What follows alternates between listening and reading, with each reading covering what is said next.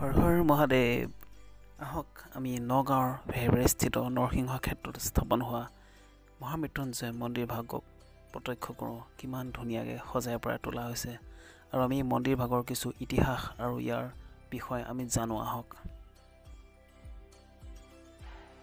স্বাগতম জনাইছোঁ আপোনালোক সকলোকে মোৰ ইউটিউব চেনেল আসামলৈ জনাবলৈ পাই সুখী হৈছোঁ যে বিশ্বৰ অদ্বিতীয় সৰ্ববৃহৎ লিংগাকাৰ শ্ৰী শ্ৰী মহামৃত্যুঞ্জয় মন্দিৰ ভাগৰ অহা ২৭ ফেব্ৰুৱাৰী তাৰিখে নগাঁৱৰ ভেৰভেৰিস্থিত নৰসিংহ ক্ষেত্ৰত স্থাপন হ'ব। ই অকল নগাঁওবাসীৰ বাবেই নহয় অসম তথা ভাৰতৰ বাবে এক গৌৰৱৰ ক্ষণ।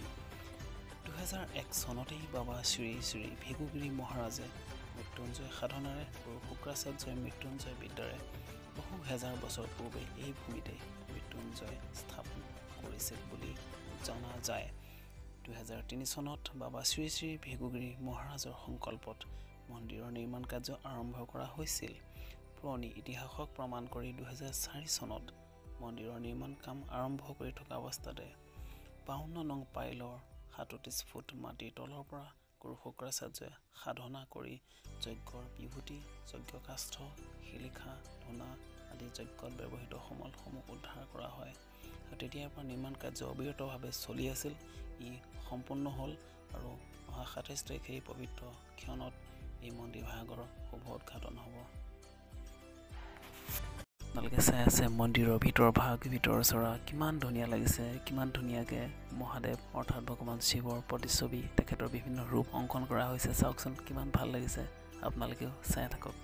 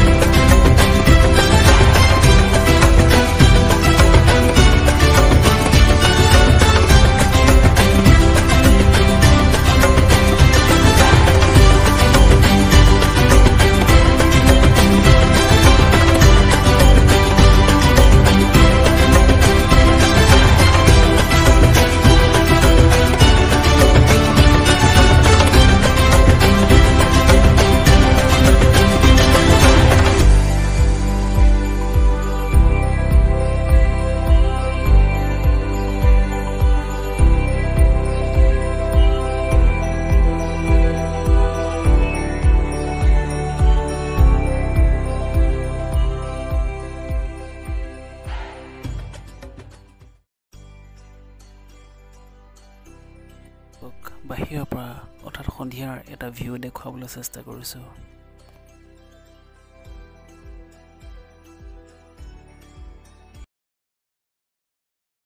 প্ৰস্তুতি সমাপ্ত হৈছে আৰু অহা ২৭ তাৰিখৰ পৰা আৰু ৫ মাৰ্চলৈ যি ১০৮ কুণ্ড মহাযজ্ঞ হ'ব তাৰে এক পৰিৱেশ আপোনালোকক দেখুৱাই আছোঁ।